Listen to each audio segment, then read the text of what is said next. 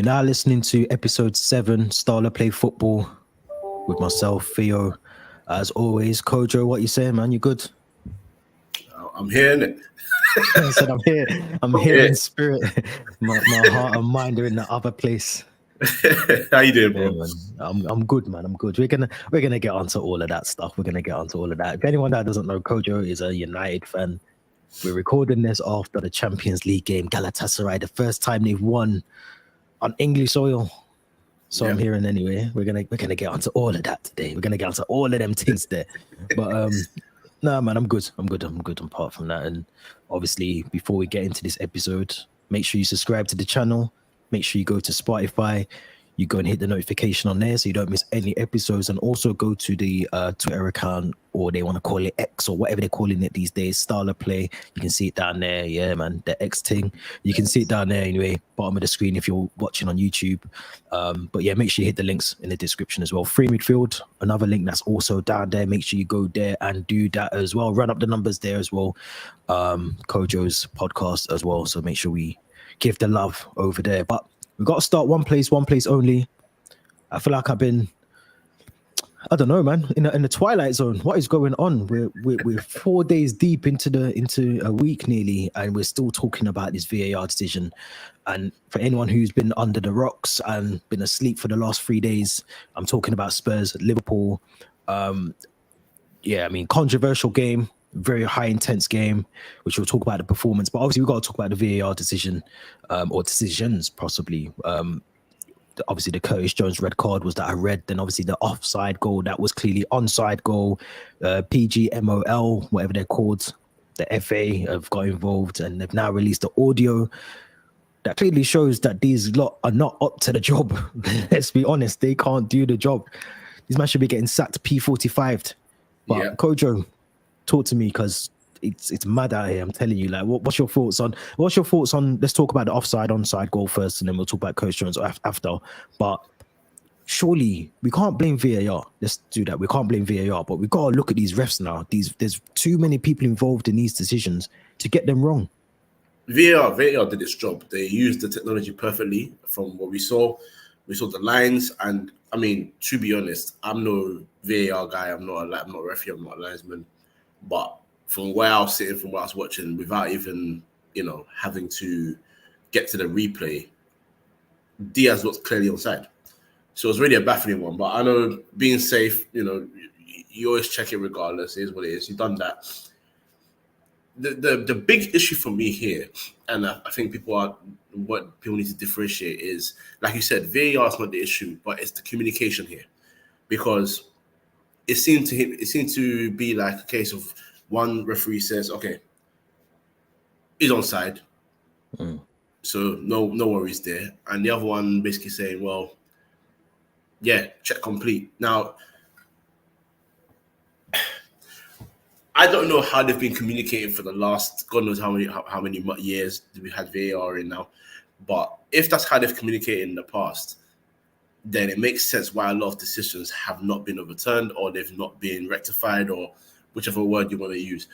Quite frankly, there's an incompetence being shown here. And when it comes to this one, this is a major one. And this is a major game. Thing is, it's Liverpool, Tottenham. You've got two teams that are trying to get back into Europe. Instead of I say Europe, Liverpool are Europa League, but they want to get back into the Champions League, as do Spurs. So you've got two teams competing at that level. But from a mile away, if I can see it, you should be telling the referee, wrong decision, it's a goal, job done. I don't see what's so hard to say, not offside, it's a goal. But it seems like the miscommunication was a case of the VAR people believing that the referee gave the goal. But at the same time, you can see that the referee has not given the goal because they're still playing on the pitch. Then comes the case of, can you bring it back? Now, I don't want to use my own team as an example, but at the same time, I have to because it is fact. Lockdown Premier League season, when we were drawing at Brighton, and we had a penalty shout turned down. Referee blew the whistle, and then VAR checked the decision at the end of the game, so the players stay on the pitch, so the match restarts. We got our penalty and scored. if you can do that, if the ball's gone down a bit, 10 seconds down the line, and it's gone out for a throw, which it did, you can tell the players, hold on, wait a second, stop, there's been an error, go back and check it again, give the goal. You can do it. You can do it. And this is where the big problem is. Now, this is where I think like people are setting a dangerous precedent here, and this is what I want people to understand. It's not that I disagree with it, but hear me out. Gary Neville made a statement saying, I've always said VAR needs a bit of a change in terms of how we use it, how we approach it. But Liverpool's statement is dangerous in terms of saying, they're going to escalate it to what level? Because in my opinion, you cannot punish Spurs for something that's not their fault. Precisely. It's not their fault that the VAR got it wrong. The referees got it. Oh, not VAR. The referees got it wrong. They played their game and they won the game. It's not their fault that you guys went down to 9 men. Because if you restart that game again, are you going back to the minute where you scored? Are you going back to when Shota went off? What is the decision here? And you cannot, a week down the line, give Liverpool that goal and turn it from 3 points to 1 point for Spurs. You're opening a whole can of worms here. You cannot do that. So then comes the next issue. Once Liverpool have now got this now, what's their next step after getting this release of audio? And if they win their case, whatever it is in terms of, in future now, we're going to have all these things released and audio, and it's going to be clear for everyone to hear and see. Get ready for 1 million football clubs to come and say, well, what about then? What about then? I've already had people come to me saying, all right, then, what about when we got our penalty shot turned down for Højlund at Arsenal with Gabriel when Gabriel fouled him? How far back do you go before you draw the line and say that, this is from the... And also as well, another thing, you made some mad valid points, but what if Liverpool, let's say they restart the game, the exact minute that this incident happens, right? What happens if, I don't know, Darwin Núñez breaks his leg? Okay, let's say that. So he breaks his leg. Or Liverpool don't actually go on to win the game anyway and they get battered 5-0 or something else, whatever the result is at the time. So imagine that. Imagine you play the game and, I don't know, Virgil van Dijk is ACL and then Núñez in the same game. This is very hypothetical. This wouldn't happen. But Núñez, same game, snaps his leg. Yep. These things can happen, right? So why would you want to replay the game? We got to credit Spurs because regardless of the situation and the messes that the refs done at that VAR, Spurs actually, and you just said Spurs actually played a very good game. And did they struggle to break down 9 men? Well, yeah, because Liverpool defensively was solid. They were solid. They had 5 and 4. You got to break them down. Yeah. So at the end of the day, I thought Spurs played to the very end. They didn't stop. Did I agree with some of the subs that they made? Possibly not at the time, but they still got the 3 points. And when you look at the season, in a couple of months, that's still 3 points against a big club like Liverpool that they're going to take, that they probably didn't go into that game expecting to take 3 points from. That's a reality. Yeah. Do you get what I'm saying? So I understand the frustration from a Liverpool perspective, and Liverpool fans are annoyed and they want the audio and they've got the audio and now they're outraged again, but it's not going to change anything. No. In terms of that result. Now, for me, the VAR or the FA have to educate the refs better, or you take away VAR until they're fully educated and able to operate. Because there's no reason why they didn't have to they could have, you hear the man say, do you want to delay the game? Delay the game. I think it's just like Ollie's saying delay the game. Yeah. So delay the game. Someone's in your ear saying delay the game. The ball goes out for a throw-in. That's your time to go, you know what? We fucked up here. Let's just pause. Because the fans are going to be pissed off anyway. Yeah, the fans are going to be pissed off whether you hurry the game on and get the thing wrong, or they have to wait another 2 minutes till you get it right. So they're pissed off either way. Just get it right then, because then we're not on here. We're not on. Gary Neville's not crying on Twitter, and Jamie Carragher's not crying on Sky Sports about it. When you've got it right, you got it. I mean, look, imagine this. Imagine come the end of the season. Liverpool lose the league by 3 points. But this is the thing they need to understand, because this is why I made the point about going, how far do you go? Because Chelsea can come to you and say, okay, in the Carabao Cup final when Lukaku was clearly onside, and you chalked it off, and you said it was offside. He scored as well. Do you want to go back to that game as well? Against who? Against Liverpool. Okay. This is the whole thing. Like I understand when I argue about this, people always come to me and say, "Well, you're a United fan, you can't argue." I can give you points before VAR and after VAR when Man United were very much let down against by the referee. I always make the point: the season where City won the title, where Aguero won it last minute. Yes, we were 12 points clear. So us dropping off is our fault. But if I can go back to one game in that season, we played Newcastle at Old Trafford. It was 1-1. We were 1-0 up, very comfortable. Suddenly, Rio Ferdinand goes in for a challenge, wins the ball cleanly in the box. Him and I forget the forwards from Newcastle at the time. I need to go back and watch that game. Get up and they, sort of the hands of, good tap challenge kind of thing, get ready for corner. All of a sudden, you hear the whistle blow. Silence. Silence in the home stands, silence in the away stand. Everyone's like, excuse me? This confusion. Most baffling decision, scores 1-1, end of game. And, a lot of people won't care about that because Man United, I know they had the story to Howard Webb and everything and so on and so forth under Sats Ferguson, so it is what it is. But now if you go forward into VAR, you're going to question every decision that's been made against every side possible. And this is where you need to be careful about how far you take this. Because literally, I'm not one of those people that will make video compilations, but if you go on Twitter right now and type in Liverpool VAR, you'll see someone's made a compilation of videos, videos where Liverpool have had decision after decision in their favor, where you can question and say that's not correct. So how far are you taking this? You can't just do it for yourself and expect nothing to happen. Also, are they going to use this in their favor now? And also, will referees and there you go. There you go. That one, that's the one I even saw. This is a red card challenge. That's a red card Even challenge. he knows it as well. I mean, when someone does that face, I fucked up.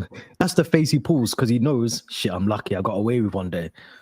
Do you know what I mean? So, listen, and this isn't an attack at Liverpool fans or the team, because to be fair, I think every club in the Premier League wants VAR to work as it does in Spain, as it does in Italy, as it does in France. We all want it to work. So it's not an attack, or we're not saying, I'm not saying, Liverpool fans are just crying over this, that, the other. No, we're all sharing the same pain because I'm sure majority of our clubs can all say that we've done this.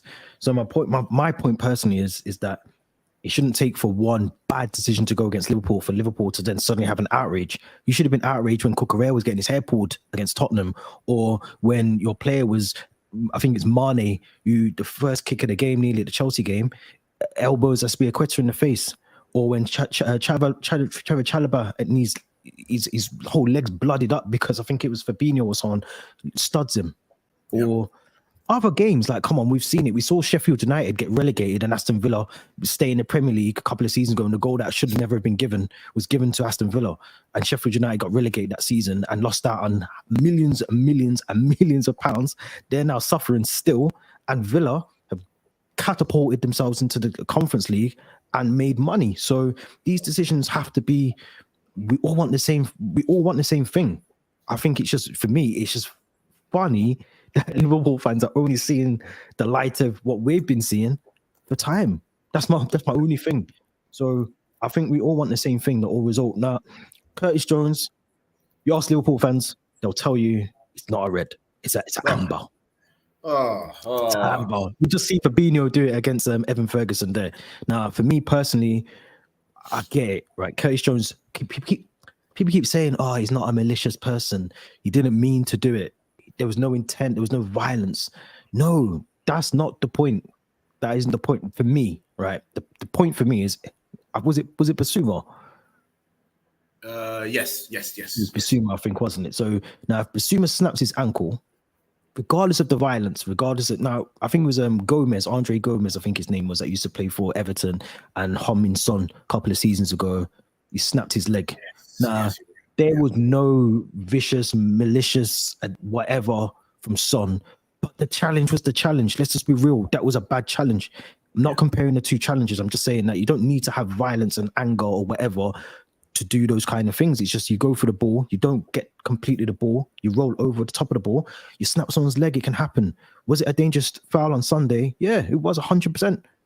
How can anyone watch that game, see that Basuma's ankle is almost at a 90-degree angle and tell me that it's not a red card? Are we talking about the same game?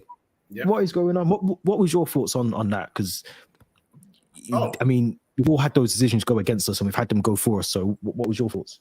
That's Stonewall red. I was genuinely flabbergasted listening to Gary Neville try to say it's harsh. Even the guys on Match of the Day saying it's harsh. But this is where you always have to be careful with your words and be fair with criticism. Because when Casemiro got sent off for a very, very, very similar challenge last season, you weren't saying he's unfortunate. You're saying it's a red card. So are you judging it as a red card because, you know, Casemiro is a tough tackler, he's a tough player, he's aggressive, and I guess Curtis Jones doesn't have that tag on him because he's not that's not his build of midfielder. He's not a tough tackler. Is that why you're basing it on? Because I refuse to believe that Casemiro went into that tackle with the intent of winning the ball, but also breaking that guy's leg. I don't believe that to be true. A lot of players are tough tacklers. They don't have that that thought in their mind, I'm just going to ruin this player's career. I genuinely refuse to believe that. It's only one time in football, two times rather, where I've believed that to be true. Roy Keane on Haaland. Yeah, for sure. He wanted to end his life, not his career. Exactly. Him and Ben Thatcher on Pedro Mendes. If anyone remembers Man City versus Portsmouth, I think this is like 2006 or something. Yeah. There was another one though, you know. There was it was Birmingham City. It was the Ramsey one. Who done it for Birmingham City? I can't remember who it was. Wait, him or Eduardo? Are you talking about? Was it Eduardo?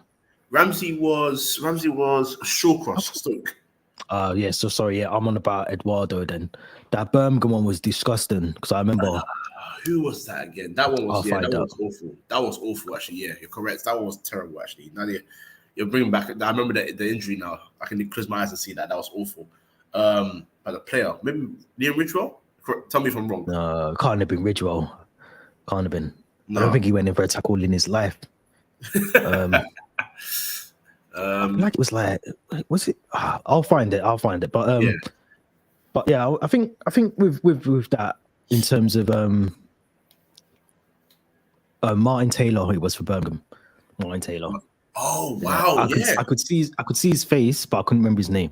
Yeah. But, no, I think with the Curtis Jones one, I don't think whether you're a nice person, you're the nicest person in the world, or you're the most violent, vicious person on the pitch. I think if it's a foul, it's a foul. I thought the referee got that right.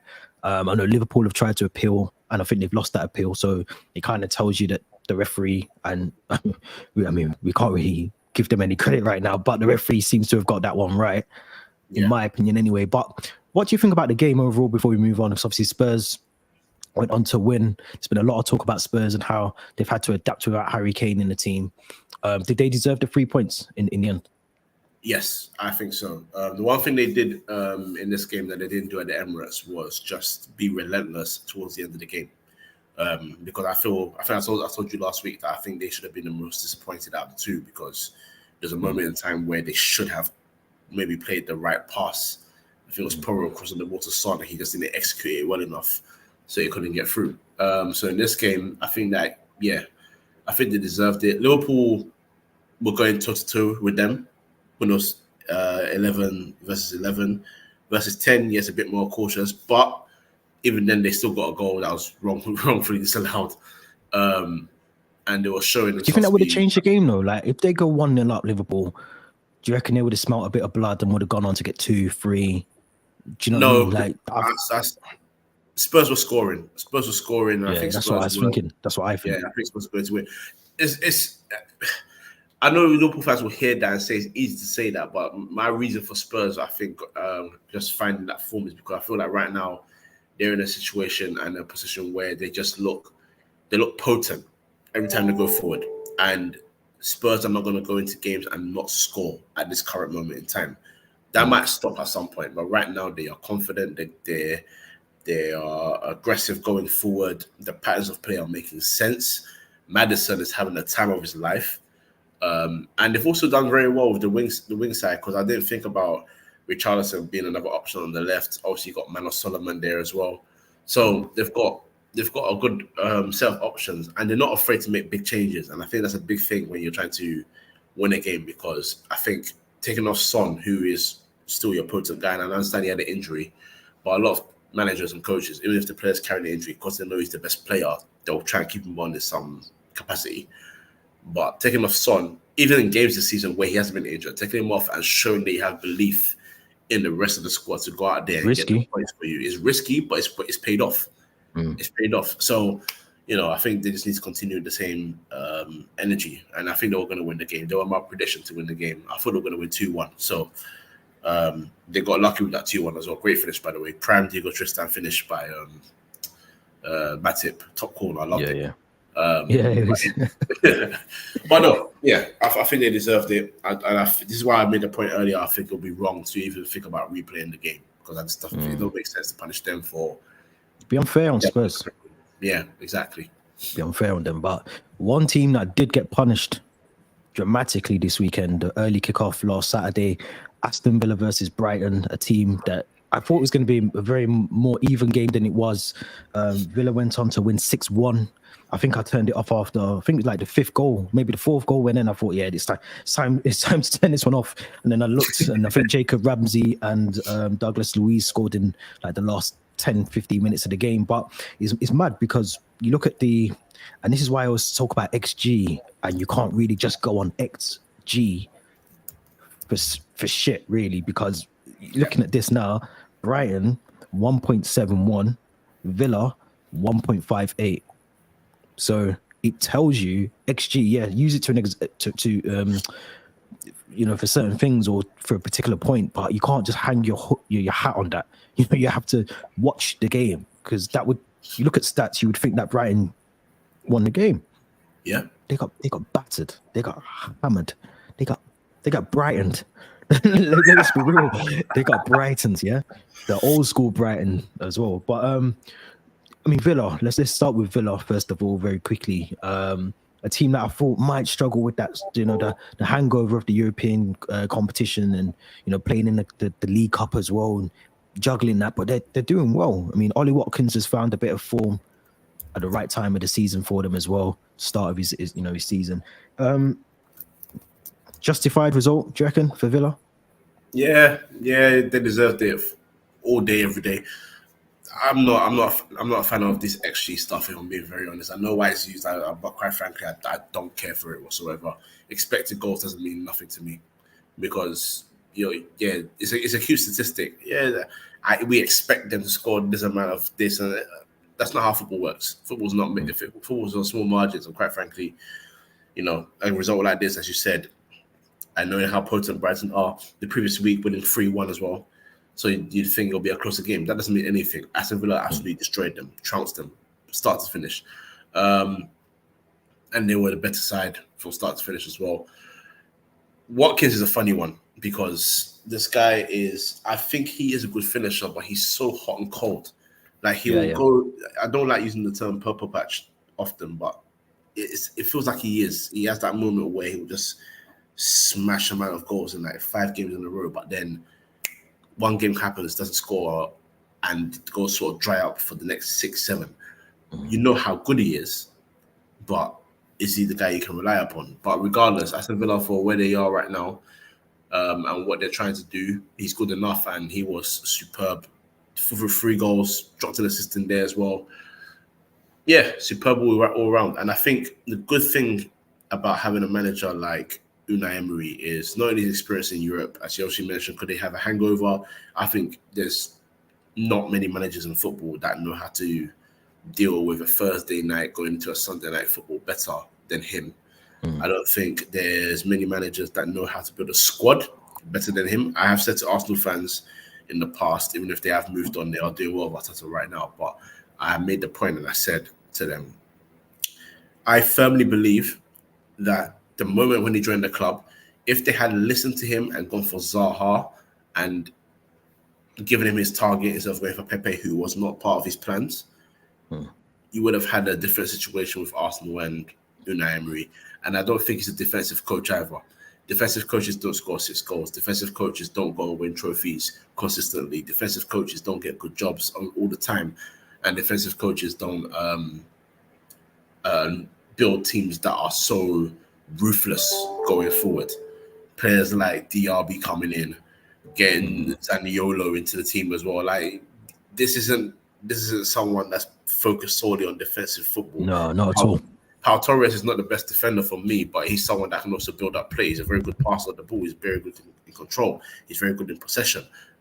These are not defensive signings. You know what I'm saying? So it doesn't make sense to me why people had given him that reputation in the past. I think managers use what they can if they're worth their weight in salt.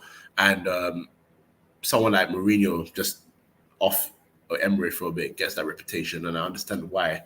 Because in big games, he knows when he wants to rattle opposition, and he'll play a very defensive system, but get that one goal and just close up. But if you give Mourinho a team like he had with Chelsea, where you got his targets, and you got Paulo Ferreira in, you got Ashley Cole in, you got Hernan Crespo and all these guys playing for him. These are not defensive players. These are good all-round footballers. And I think Emery is one of those coaches that just gets a hard or very poor reputation in this country because people haven't got the time and the patience these days to give a manager time to build his squad, nor do clubs give managers time to build their squads. Aston Villa have given them the chance to do that, and now they're thriving, and they can see why it was the right decision to go and get him in. So, man, no may continue. I've got a lot of respect for Aston Villa. I don't have respect for Brighton because it seems like they've got... Actually, let me rephrase that. I've got respect for how they build their teams and how they've got managers in and out and continue seamlessly in the Premier League. What I don't respect is now thinking that you've got big enough boots for your fans to come and chat rubbish to Chelsea fans. You see the response I gave, though, but... Beautiful response. And also posting videos against... to be fair, they have boyed off Man United 4 times in a row now, so it is hilarious for them. But you're not at the big boy table yet. You need to take time and breathe a little bit. But regardless, good result for Villa, and I'm happy for them, man. Dude, I think Villa. Yeah, you said about Unai Emery as well, and I think Ezri Konsa is getting the best out of him. I feel like there's been a massive development with Ezri Konsa, Douglas Luiz, Kamara as well, Diaby, like you mentioned. But I think with Brighton, I'm looking at their team now. Look, I'm not saying they haven't got a good team; they've got a really good team. But I think losing Moises Caicedo and McAllister in such a short space, it slowly might come back to haunt them, because I think, you're expecting a lot more now from Billy Gilmour in that midfield, and he's a very good player. He's someone that, as Chelsea fans, we wanted to keep him. We wanted to see what the development was like, but I feel the expectation, what he now needs to do, he might not be at that level yet. He should be, because he's not, we can't call him a youngster anymore. I think he's, we've got to treat him as a seasoned Premier League player. We have to, because he's had the experience. How old is he? I was just thinking that, how old is Billy Gilmour? Let's find out. Yeah, I'm gonna have a look now. 22. Okay. Yeah, he should be in the team somewhere. I mean, look, we're talking about a player that has had enough experience to be able to come into this Brighton team. I'm not saying he's going to be the level of McAllister and Caicedo, and I'm not saying he had a poor game either, but I just think the expectation going forward is going to be a lot on them. Losing those 2 players might be, crucial for them. Losing Caicedo, who didn't have the best of starts at Chelsea, but he's slowly, building a bit of momentum, and you see what McAllister's doing for Liverpool week in, week out. So I think losing those 2 is going to be key. And I'm just looking at their fixtures now. The next 4 fixtures are tomorrow they play Marseille in the Europa League. Then they've got Liverpool. This is on Sunday. I think they're on the early kickoff, the afternoon one.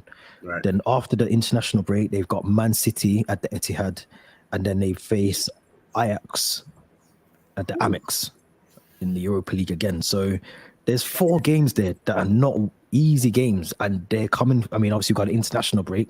You'd assume that the players are going to be flying over to whatever country they're going to be representing. But there's a lot of football to be played in that short space of time from now until the 9th of November. Have they got the squad, I suppose, to deal with that? Possibly not. I don't think. Anyway, I don't think they've got the quality that they need I think sometimes as well, there's a slight bit of arrogance with De Zerbi, and what he thinks his team should be achieving. I don't think his players really are buying into that. I think he thinks they should be pushing for top four and things like that. I don't think they're anywhere near there, if I'm being honest. But I feel there's a slight arrogance. I remember when Moises Caicedo was leaving, and it was like, I forgot about him already, sort of thing. He's not my player. Why do I need him? Do you know what I mean? So, yeah. But what's your thoughts on De Zerbi, first of all? Okay, I was a bit rude a couple of weeks ago when I called him and other managers Pep cosplay, but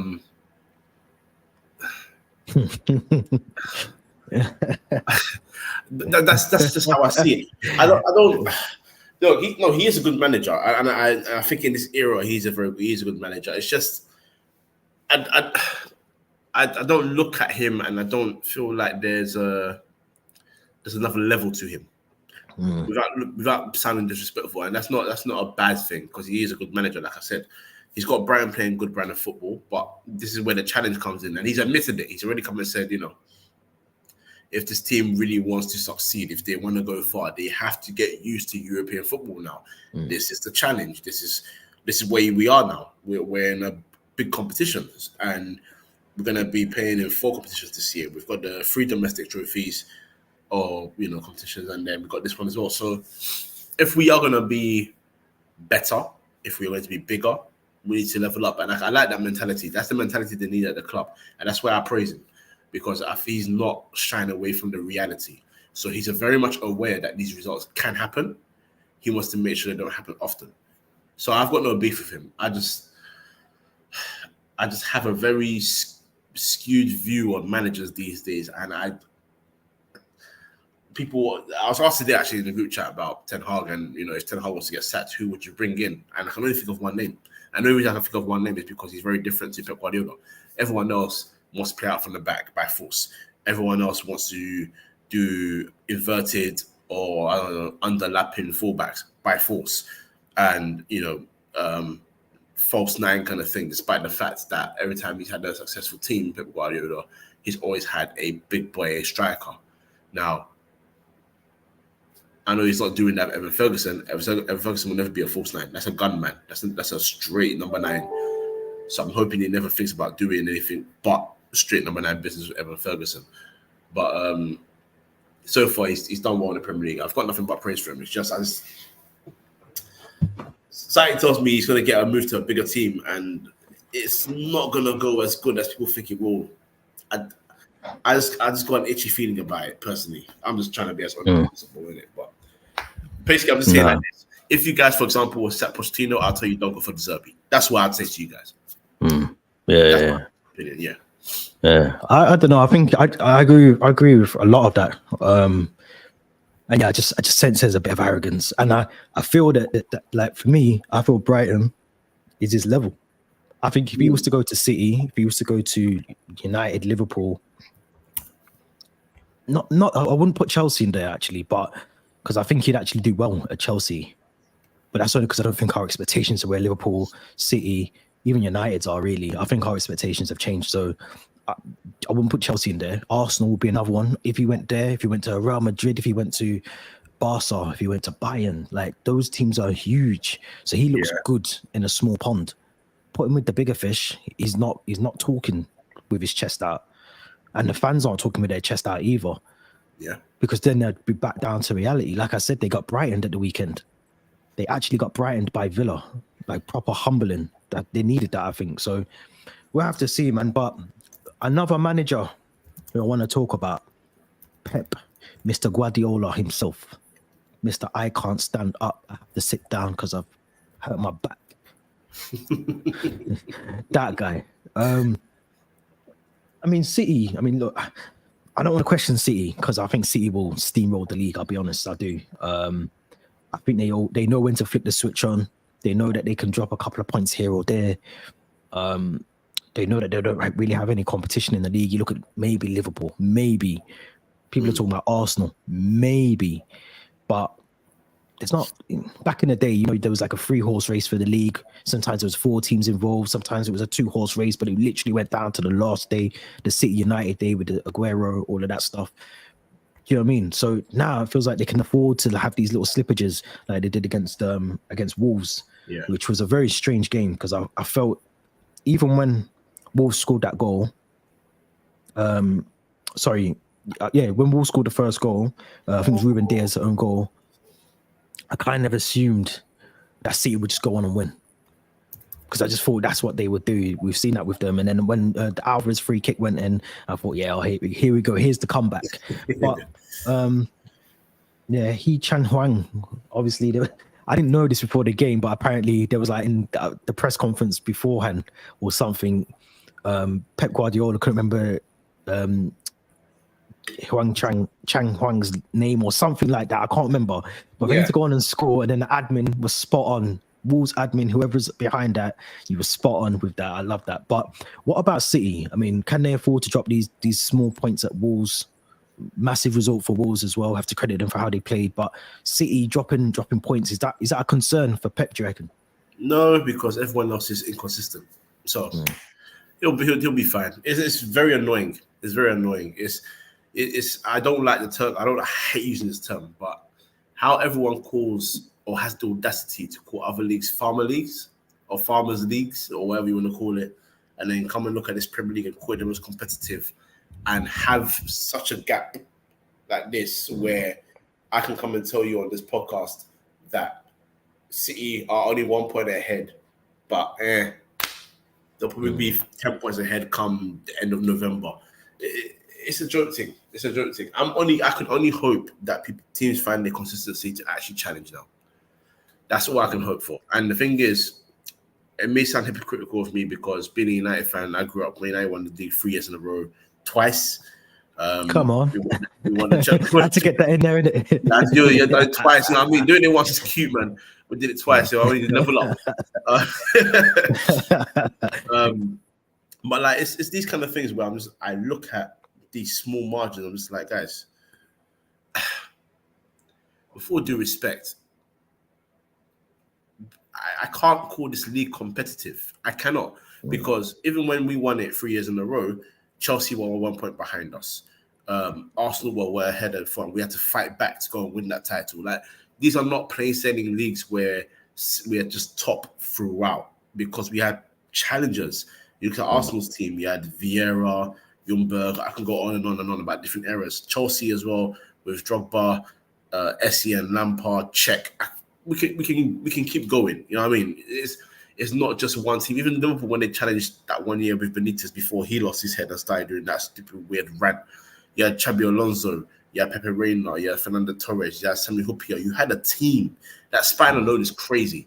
You know what I mean? So, and they added Mascherano to that team as well. I forgot to add him as well.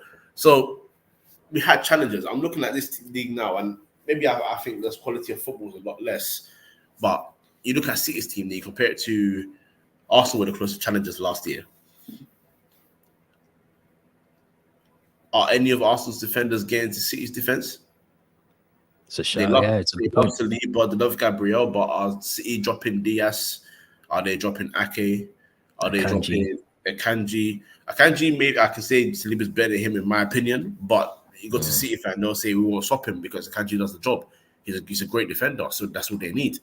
You know what I mean? They sold Zinchenko to you at left back, so I guess they didn't really need him. You know, look at the midfield. Are any of the midfielders getting into City's midfield? Nope. And I don't even like looking at football like that, because I can go back and say I know for a fact that at prime Chelsea, Darren Fletcher is not going to Chelsea's midfield. He's not displacing Lampard. He's not displacing Essien. He's not displacing Makelele back then. He's not doing it. He's not doing it. But at least I can also look at you and say, this guy is good enough to compete for a title consistently. He's not going to fall off. I don't have to worry about level of performance dropping. I don't have to worry about any of that. Nor do I have to worry about my team relying on a 20-year-old for most of the season. Shout out Saka, brilliant youngster. Some youngsters come through and do the team for me early, and that's great. But we didn't depend on one kid. We had the team. You had the spine, man. You had the spine. This is my point. So Yeah, and when I say these things, it's not even a disrespect to Arsenal. Arsenal have built a great team, and they're doing things, But yeah, I just think it's too simple for City right now in the league. If I'm being very honest, it's too simple, and because they keep winning, they're going to keep attracting the best players. That's why someone like Vardiol, who is a monster centre back, can have the confidence to just go there and say, "Well, I'll play left back for you." I know he can play left back; he has done that in his career. So it's not an alien position to him, but that's a guy that should be a centre back for every Premier League club. But he's playing left back for City because they can rotate him whenever they want to. So it's a fair point. It's just too easy right now. But here's to hoping that Arsenal, what's their name, Chelsea, Spurs, whoever else can find the balls to go and challenge this team. But please just do it because I've had enough. It's actually it's no, I think you, like you said before, yeah. I think the fact that people say the French league, like Ligue 1, is a farmers league and this, that, the other. I think you could kind of give that same statement to the Premier League because it's a one-team race, really. Yeah, Arsenal pushed them last season. Yeah, congrats for coming second, but. Yeah. Like City, when it comes down to it, the business end of the season, that they're on job, that they're going to be there, they're going to be finishing first because they've just got the squad to do it. My only thing now, and I think I spoke about this on here. We spoke about it around. Obviously, everyone has a little run. Everyone has a run of times at the top and And I feel if Pep goes, and I think he will eventually. He's won the Champions League with them now. He's won the Premier League. He's won the FA Cup. Can't remember if he's on the League Cup. I'd assume that he possibly has, but I don't think he has with City. I can't remember. But if they don't, then he's won the thing that he was brought in to do, the Champions League. I think there might be a weird bit of transition, whoever comes in after that. So I don't think Pep's under any pressure at the moment. Yeah. I just think it would be very interesting, like you said, if one of the teams like Arsenal, Liverpool, United, Chelsea could actually give him a run for his money, just one season, just so we can see how he handles that pressure, and obviously Klopp's done that, Liverpool done that. Let's be honest. Liverpool really did push them and at one point, beat them to it. But consistently, let's see that race consistently throughout the season. Back to back, the Wenger Ferguson days. The Jose Ferguson, Jose Wenger days. They were the best days because you knew that the managers, they weren't losing for shit. Yeah. If you come in that dressing room and you haven't left 100% on the pitch, you better come with some really good answers. Why? That was how it was then. The mentality was different. Chelsea was so good that even when you sacked Mourinho, someone like Avram Grant, who was very inexperienced, could still take Chelsea to the last day with the title race and take them to the Champions League final as well. This is what's about competition. He did lose his first game to United at Old Trafford, and I was stressed that day. But this you beat us. I remember thinking, who is this clown? Who's this clown? Abramovich's brethren that's just come in. Because remember, he was Abramovich's friend. He was like, they were friends. So he come in. I remember just sitting. He didn't even get on the touchline. He just sat in the dugout at Old Trafford. We were getting hammered. And I thought, is this real? Like, come on. We've just come from here down to here, Old Trafford. Frank Lampard was the same. I think he got battered 4-1 or 4-0 in his first game at Old Trafford as well. But he did. Pep will be all right. I think City will turn it on. They've lost one game.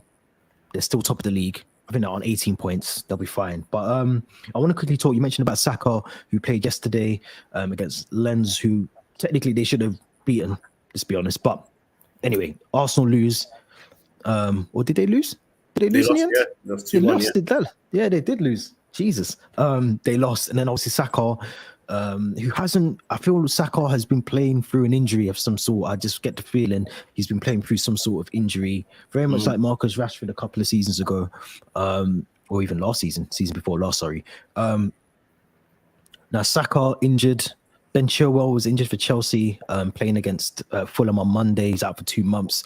There's no news, I don't think, about Saka, but apparently Arteta said it doesn't look good. So you'd assume it's a very lengthy, maybe 4-week, maybe even longer period for Saka to be out. Massive loss with a game coming up on Sunday against Man City. We just talked about, trying to push them for the league. But do you feel that players are playing too much football at the moment? Because obviously Courtois is another big injury. There's been loads of ACL injuries over the last, 18 to 24 months in football. Just read as well that there's an announcement that I think is coming out today about the Euros 2028 will be in UK, Ireland, England and Ireland, so that they've officially been done now. Turkey are at the bidding. So obviously there's going to be qualifiers coming up for that in the next couple of years as well, like they do anyway. But there seems to be so much football being congested into a season. Massive loss for Arsenal, Saka. Massive loss for Ben Chilwell. Reece James is still out for Chelsea as well. I know United have had their injury problems as well throughout the season so far. But do you feel that these injuries are going to become more frequent throughout the season and just teams just going to have to get on with it or make their squads bigger by spending more, doing a Nottingham Forest signing 22 players?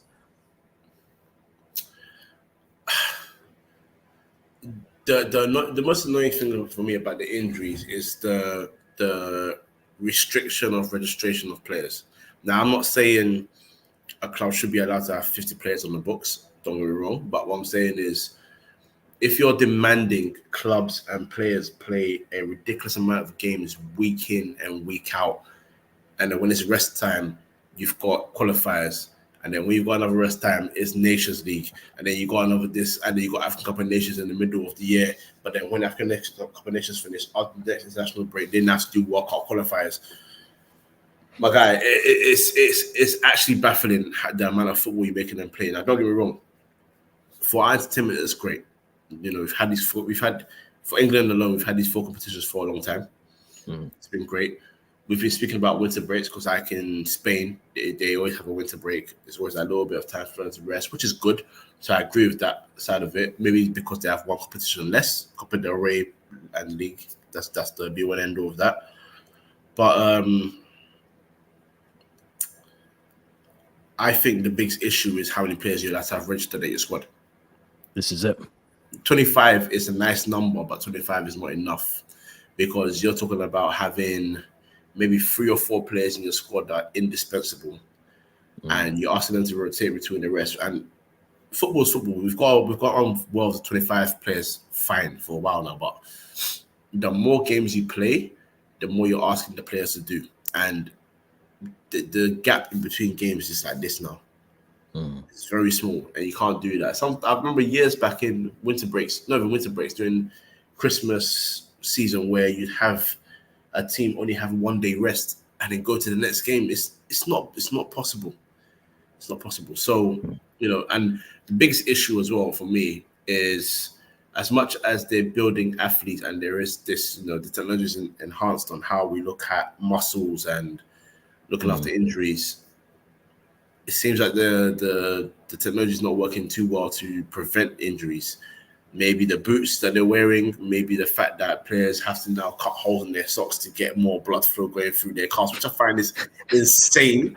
I only found that out a couple of weeks ago. I only found out why. I always questioned it, but I never went to find the answer. Why? Yeah, that's why they do it. I thought at first maybe it's just like a superstition thing. I saw one player do it, and everyone else on the pitch had their socks fine. But then I realized, hold on, there's something wrong here. There's something that's not right, and it's insane that your socks would do that to you. Because I remember playing football. I've had injuries in my time, but when I was a kid playing football, not once were any of my injuries a calf injury because my socks were too tight. There was a nice looseness to them, which there should be.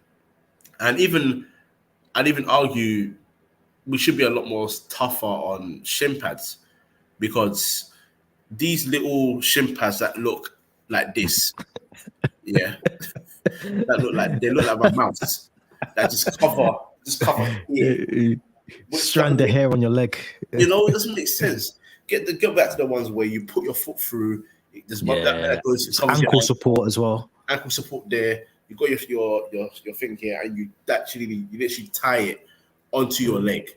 Not something that you put into your sock. Bit of paper. Bit of paper.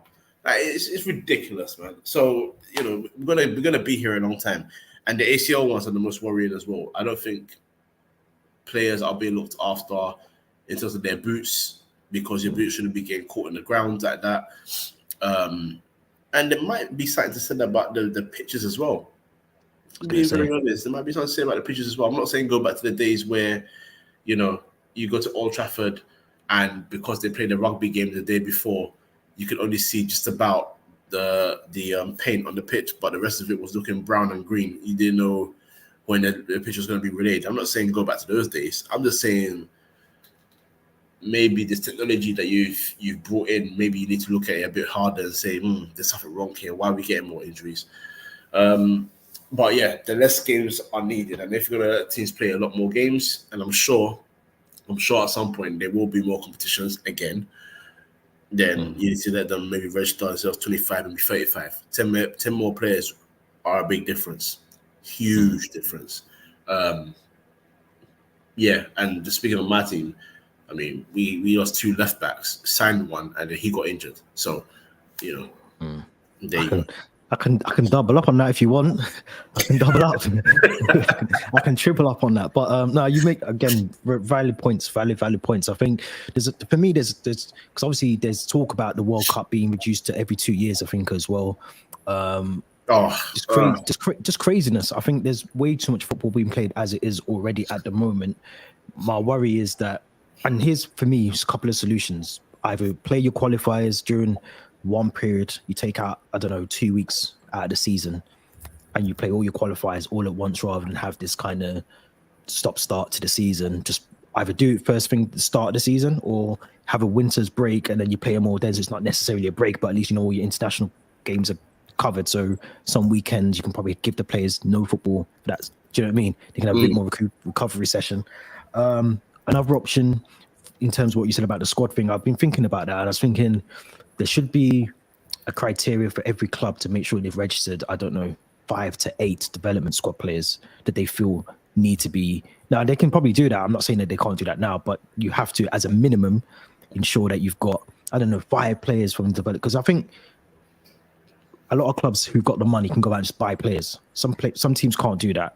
And I think they always overlook that they've got an academy there that they can use and bring players through. And I think that would help with, you know, academy players getting first team games as well.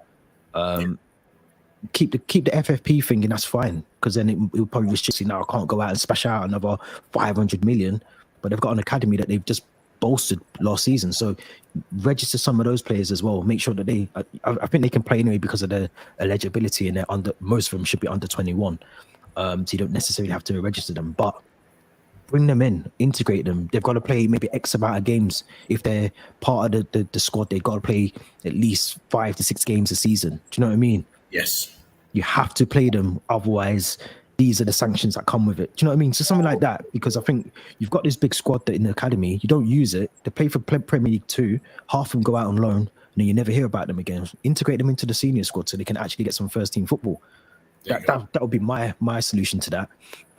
Does it solve things? No, because you're still going to, like you said, look at Jack Grealish. The man doesn't even pull his socks up, let alone put shin pads on. So, you know, you got to look after yourself as a player as well, on and off the field. Some of these people are still going out Friday, Saturday, midweek, drinking, doing all these madness, partying. Yeah. Respect your body. Use your body as the temple that it should be if you're going to be a footballer. So I think there's a lot of things to factor into that in terms of the medical staff. Make sure that they're actually up to the job. Because some of these, especially at Chelsea, I'm not sure if they are, because Chilwell comes back, he plays 2 games, he gets injured, he's out for 2 months. Reece James apparently I feel like he's only started 7 games over 3 seasons. I can't remember the stat. There's a mad stat. There's a mad stat that he's only started 7 games or something stupid in the last, something mad anyway. But he doesn't play football anymore. Reece James is an Instagram influencer. Let's be real. He doesn't play football. So, you know, there's so much that can be done from the club, from the player's perspective, but also as a medical team as well. And maybe the FA, like I said, need to bring in something where you've got these academy players. You have to play them at least for a minimum of 5 games, 6 games a season. They have to be included in the squad and they have to be playing in the squad. But I don't know how that would work. But it's an interesting debate. I think it's one that we could probably have for the next 3, 4, 5 hours, if we're being honest. But I want to talk about United. Do we have to? But we got to end it in some way. We got to end the pod in some way, man. We've still got time, man. We put time aside for this one. But no, I think, you know, obviously United's not had the best of times, losing to Crystal Palace at the weekend, going into this game against Galatasaray, obviously Wilfried Zaha coming back to his old stomping ground, scoring as well. But just in terms of back-to-back defeats, quite big ones as well in terms of the season in the Premier League, and obviously I think you're bottom of the group now in the Champions League so far at the moment. It's not looking good for Ten Hag and co right now. Give me your thoughts first of all on Onana, who took a lot of criticism last night for the performances, and obviously Mason Mount took a bit of criticism, I think, as well. But just your overall assessment of United, what needs to change, man? I feel like we're here again, Groundhog Day. I don't know where to begin. Okay, I think we've lost 5 out of last 7, which is, I don't actually have the words for that, to be honest. Okay, look, I'll point you like this. United fans, I've used the term spoiled for a long time. We've gone from spoiled to just, quite frankly, not knowing what we want. And there will always be a clash on how you want to build your team, but there's never an idea of how Ten Hag wants to build his team. Sometimes as fans, we always think about, oh, but if we just do this, it'll click. And if we get this guy, it'll click. And we always do that. It's natural. But then this is the dangerous precedent that you set when you get players in and you have this idea in your mind that things are going to shine. There was a criticism that United fans had of David De Gea of the fact that he's not the best passer of the ball. And yes, he was making mistakes as he got further on into his United career. So the idea that Onana will suddenly change that, I just described to that, because Onana needs, if you're going to do the good passing football that you want from the back going forward, he needs more than the Sandro Martinez and Varane to do that. Shaw is not capable of doing that. Dallow's not capable of doing that. Wan-Bissaka's not capable of doing that. Malacia might be, but he haven't seen enough to even give him that sort of thing. And Reguilon's come in, he's done okay for United, but he's a part-time guy anyway for us. It's come with time. And then you have Casemiro in there. Now he's not, or actually Real Madrid were never by force play from the back type of team. Madrid were very much all about efficiency. At least he was part of that. So he's always been great for that. But you sign Amrabat, and Man United fans are sold to the fact that Amrabat will make us more solid and he'll do this. And then when it comes to the players that you're not sure about, you question Mason Mount and say, why is he here? Mason Mount's not good enough. My issue with the Mason Mount criticism is this. I don't think Man United fans actually understand what his role is. That's it. That's what is annoying me, because I hate going into discussions about Mason Mount and saying, oh, he's not good enough, and him and Bruno can't coexist. And I've said him and Bruno can't coexist in the same midfield, but I've said that because I don't think they understand each other's role. Or better yet, I don't think Bruno is used to having another midfielder being so pressing so much rather next to him. Fred was kind of a presser, but Fred would press from a zone. He wouldn't go forward the way that Mason Mount would. So there's a lack of understanding there. That's the difference. But Man United fans need to get used to the fact, more than anything right now, that this team is not a team built to challenge well for anything. Man United are not the same Man United that they once were. This performance spoke volumes about where Man United are. And I also don't like using excuses for players. I always say this should be self-reflection. But Marcus Rashford, a big reason why I think he's not performing is these fans. Fans think it's funny when you go and where someone on Twitter says it's because of you that Marcus Rashford is not performing well. Look at yesterday's game and compare it to the last couple of weeks. Rashford is He's very much a direct forward who likes to cut in and hit shots. He likes to get into goal scoring positions and try to hit the target and make passes only when he thinks it's necessary to do so. But very much so, he is a very selfish left winger, which I don't mind, because if you're the goal getter in my side, I expect you to be selfish. You want the goals. You are the man. True. Right? But you have hounded it so much that he doesn't pass enough that yesterday, it was almost like he was the playmaker. He wouldn't attack the fullback. He stopped, wait, look, play a through ball to Hannibal, who's made a run ahead of him, or Amrabat, who's made a run ahead of him. He was hardly taking shots. And then he assisted the goal. Brilliant goal he assisted for. Lovely cross, great header. And then he gets a one-on-one in the second half. And Rashford last season is smacking that into the bottom corner. He's not looking at Bruno Fernandes' direction. Why should I? I'm getting this goal.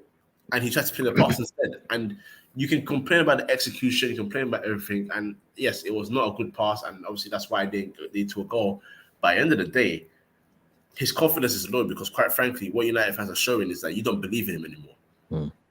And that's what's happening. This is someone that's Man United born and bred. He's a Man United fan. And I think when you come into a club as a fan from the academy growing up, the one thing that you usually depend on more than anything is the love of your supporters. If I'm being very honest, that's why. 100%. I'm not trying to make excuses for his level of performances. I'm just calling it as I see it. Yesterday's performance was the reason why I say clubs should not listen to fans when it comes to making signings. Do not listen to fans. I sat there and said I wanted Diogo Costa from Porto, the goalkeeper, because I think he's a better shot stopper. In terms of being a goalkeeper, what I expect a goalkeeper to do. Oh yeah, he's there. Yeah. Before you add all the passing element into it and everything, he has that in abundance.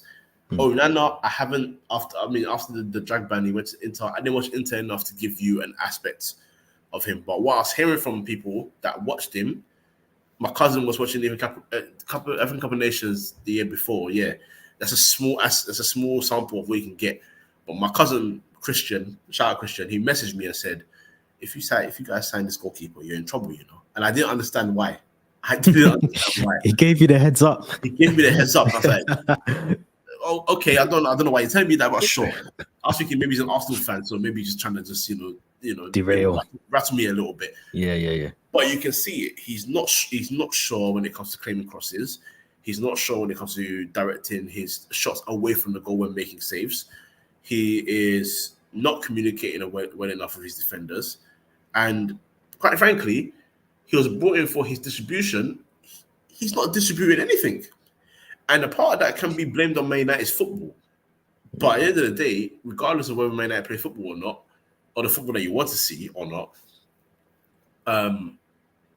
what he was brought in for, in the idea of the fans' mind, it's not working. It's not happening. And you're directing all this anger rather at Rashford, Bruno, and Mason Mount when you should look at the rest of the side and say, something's not right here. Dalot was pathetic for Zaha's goal. Waste off. And I would argue you're the man in control here because the ball's coming your direction. Zaha is turning back, trying to shrug you off, but trying to see where the ball's going. So you should deal with him. Position yourself, move a little bit, get rid of that. We have a lot of defensive injuries, so I'm not going to really get into the centre backs too tough. Although I will say it's very, very neglectful of United to play Lisandro Martinez with a potential broken metatarsal. And I didn't get that. Find out it's metatarsal. That is stupid. It's crazy.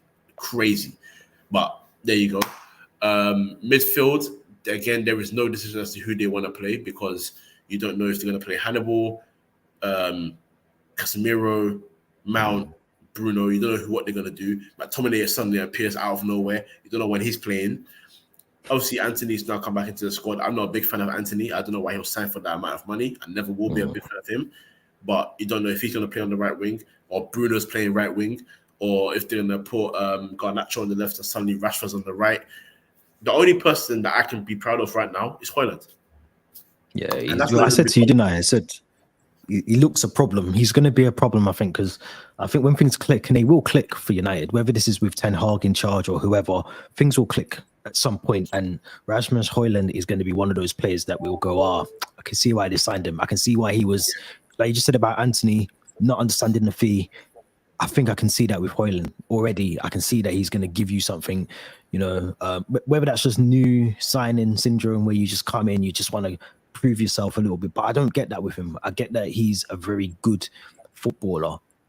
Yeah. And I think, like you said, the only player that you can really say will get you something out of the game, whether that's a goal, whether that give you an opportunity to score the goal, he's going to get you something. Yeah. And look, I think with United, it's just tricky. I think I always say about the goalkeeper's only as good as the defense in front of him. And yeah, he's got to take some blame because some of the things I've watched from Onana so far this season, he has to take the blame for them. And he's already come out and said, yeah, I take the blame for this. It's my fault, whatever. But a lot of the things you just said then around not being able to distribute the ball out, play out from the back properly, you haven't got the defenders to do that really, essentially, at the moment. So if you haven't got them, you can't pin that on the goalkeeper. If the manager's asking you to play that a particular way, but you haven't got the defenders to do it, but he still wants you to push through this and make sure that we play out from the back, then of course mistakes are going to happen very quickly because, we've seen it. Not just with United, with other teams as well. Sanchez done it against Brighton in the Carabao Cup. Tried to play out from the back and nearly had egg on his face.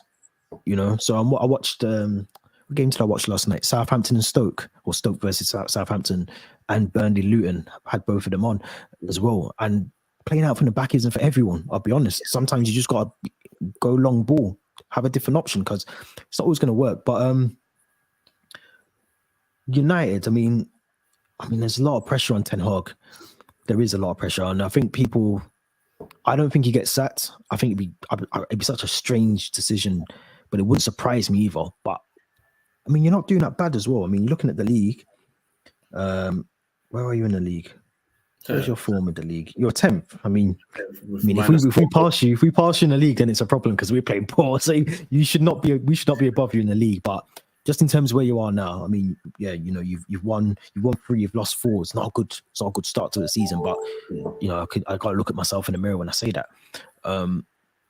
What happens now if you go on this mad run of losing games in terms of the next 3-4 games? You really want him set? Listen, this is where it gets techie because I always say I give man just 3 years. That's what I always tell you, innit? And the issue is, how do I even say this? Quite frankly, there's a lack of patience in football, and when a club makes a statement like they did today, Man United put a little statement out. Yeah, and I read that. It's got the backing of the board. Backing him, they're not even thinking about sacking him. And I don't. That's always a red card in football. No one ever believes that rubbish. Thing is this. I firmly believe. I'm looking at this. I think Ten Hag has been backed half and half. And when I say half and half, as in he hasn't been able to get his first targets, but he's been able to get his second targets. So one way or another, your plan B's come in. Plan B will never be as good as plan A. Still got to make it work, though. They still got to make it work because you're saying, if you can't get this guy, this is my alternative. I'm calm with this because he's on my list. Because Mason Mount was on his list. Amrabat was on his list. Frankie de Jong was on his list, but he's not coming. You know what I'm saying? And Frankie de Jong and Casemiro, for example, are very different defensive midfielders.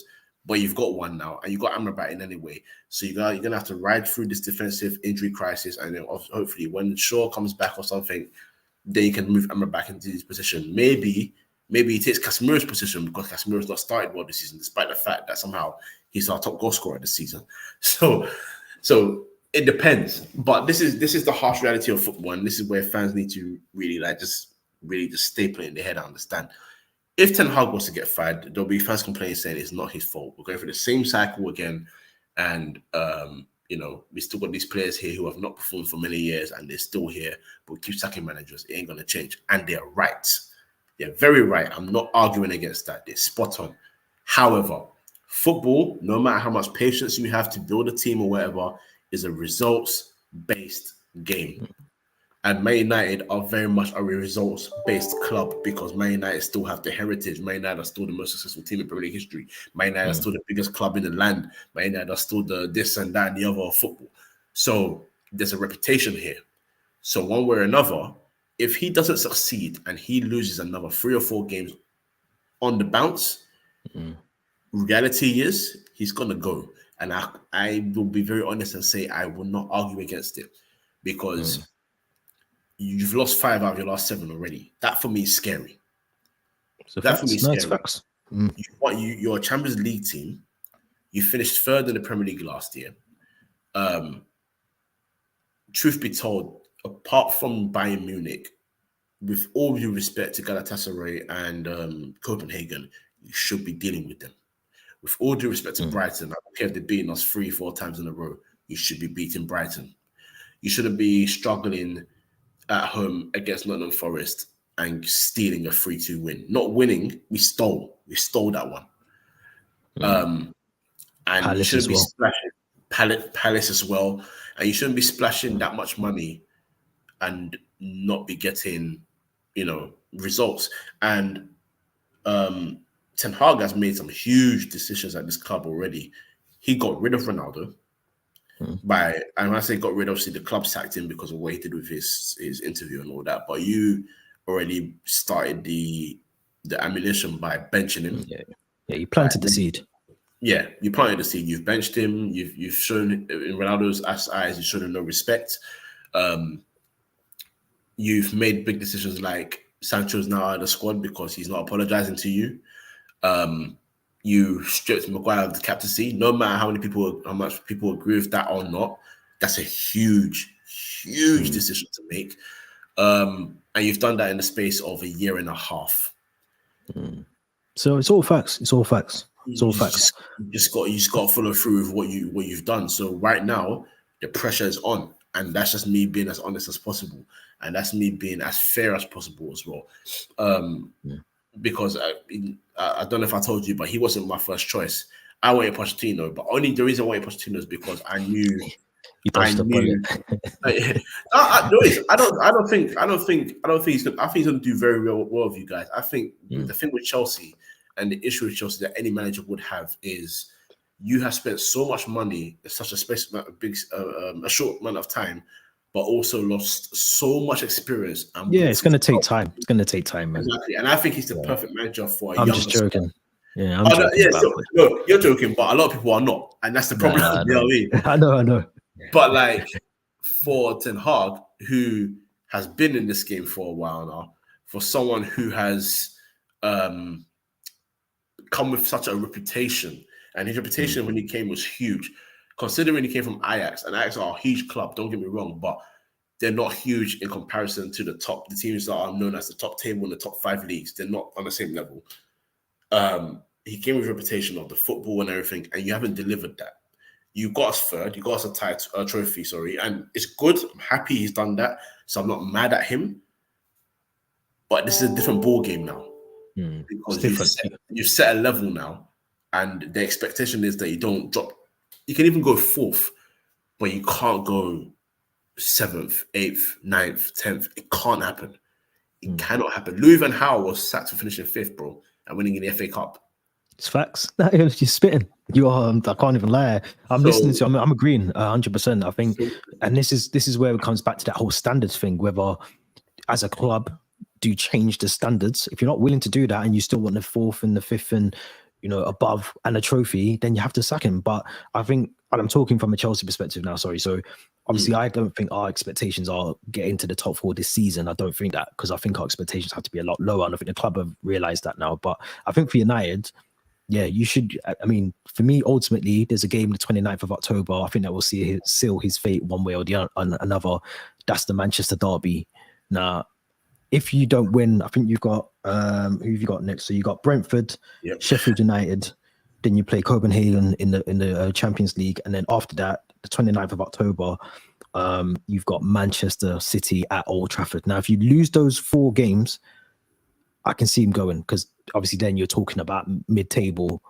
Obviously, you'll still be potentially, you would be bottom of the group in the Champions League still. You lose that game against City, I think there'll be fans, even some people, board members calling for him to go. The only thing I'll say, I kind of, and you said it as well, was around the reset. When you sack a manager, you have to go around and reset the whole project again. And I've always said that when you sack a manager, you got to do that again. So I would hope that they stick with him, but I understand why they sack him at the same time. Very much like Potter, very much like Pochettino. I can see both sides to it, I think, as well. But it's going to be interesting. I think that game, the next 4 games from United are going to be interesting. If you don't win any of them, I can see him going. But I think there's signs in the team that, you can get those results, I think, in my opinion. But just quickly before we finish and we wrap up, obviously it's a big weekend coming up. We've just spoken about the Arsenal City game coming up. 7th of October. Let's see what we're working with. So yeah, the Saturday, there's not really much happening on the Saturday, to be fair. I think Everton Bournemouth will be a very good game. Obviously Chelsea play Burnley at Turf Moor. Luton versus Tottenham is the early kickoff. Evening kickoff is Crystal Palace Forest, another good game. I think that we should get some entertainment from as well. Sunday is looking very tasty, if I'm honest, my birthday. Come on. So Brighton Liverpool is the afternoon kickoff at 2:00. We spoil Arsenal. Emirates versus City. I'm hoping for a good game, minus Saka, obviously, on that one. Wolves Villa, Midlands Derby as well. West Ham Newcastle adds to the excitement for Sunday as well. But there's some good games coming up, man. Quick prediction before we go. Obviously, for your team, United Brentford. I think that's at Old Trafford there as well. So what do you think about that game in terms of, before we wrap up, just quick prediction? Brentford at home. I'll see. I'm going for 1-1 draw. Actually, 1-1 draw. Yeah, 1-1 draw. I would like to say United are going to win, but looking at how we've defended, I just don't see it. I don't see us getting a win. Hopefully we do, because Brentford are a bit of a 50-50 form kind of thing at the moment. But when they get their shooting boots on, they get goals. So that is not to worry about. In the back of my head, I'm hearing 2-1 Brentford. I don't want to say that out loud, but it just rhymes. I think it'll be a 1-1 draw, if I'm being very honest. I think Højlund will score again, but whether that's equalizing or taking the lead, I honestly can't tell you anymore, to be honest. I just don't know anymore. We haven't really touched on Chelsea this. We've mentioned them in sort of passing comments, but I think Burnley, I watched them last night. That's why I was watching them, because I haven't really watched much of them. So I watched the game last night with them against Luton, and I think we can beat them at Turf Moor. I think we should, regardless of our injuries. Chilwell's out now. Cucurella's been playing right back, been putting in some really good performances. I think he'll retain that position. I think maybe Ian Maatsen or Levi Colwill will keep the left back spot as well. Interesting, because obviously Nicholas Jackson's back from suspension, but Armando Broja against Fulham probably showed why he should be number 9. When he comes back to full fitness, he looks like a good player. So that'd be interesting for Pochettino. Who does he go with? Does he stick with Armando Broja, who's obviously coming back from that big injury? Cole Palmer can play there. Raheem Sterling came on and played false 9 at one point as well. So it'd be interesting how he picks the squad for Saturday. I'm going to go for a 2-1 against Burnley for Chelsea. I think we should be able to beat them, but I think, again, defensively we're not the best, and Sanchez has mistakes in him, so 2-1. But interesting. Let us know your comments, your thoughts about what we've discussed in the comments. Do not forget to subscribe to the channel, and also go to the links in the description for free in Midfield Podcast. Myself as well. I think or just hit all the links, man. Just hit hit the links and follow, and make sure you're on Spotify. You got the notifications on as well, so you don't miss an episode. Kojo, as always, appreciate you, man, coming on and doing your thing, talking football. I'm unraveling some of that stress from United as well. It's always a pleasure, man, hearing about other teams suffering as well as mine. So I appreciate it, man. And man, we'll be back next week with episode 8, man. Thank you very much for watching and listening, whichever. Enjoy the rest of your weekend when you get to it.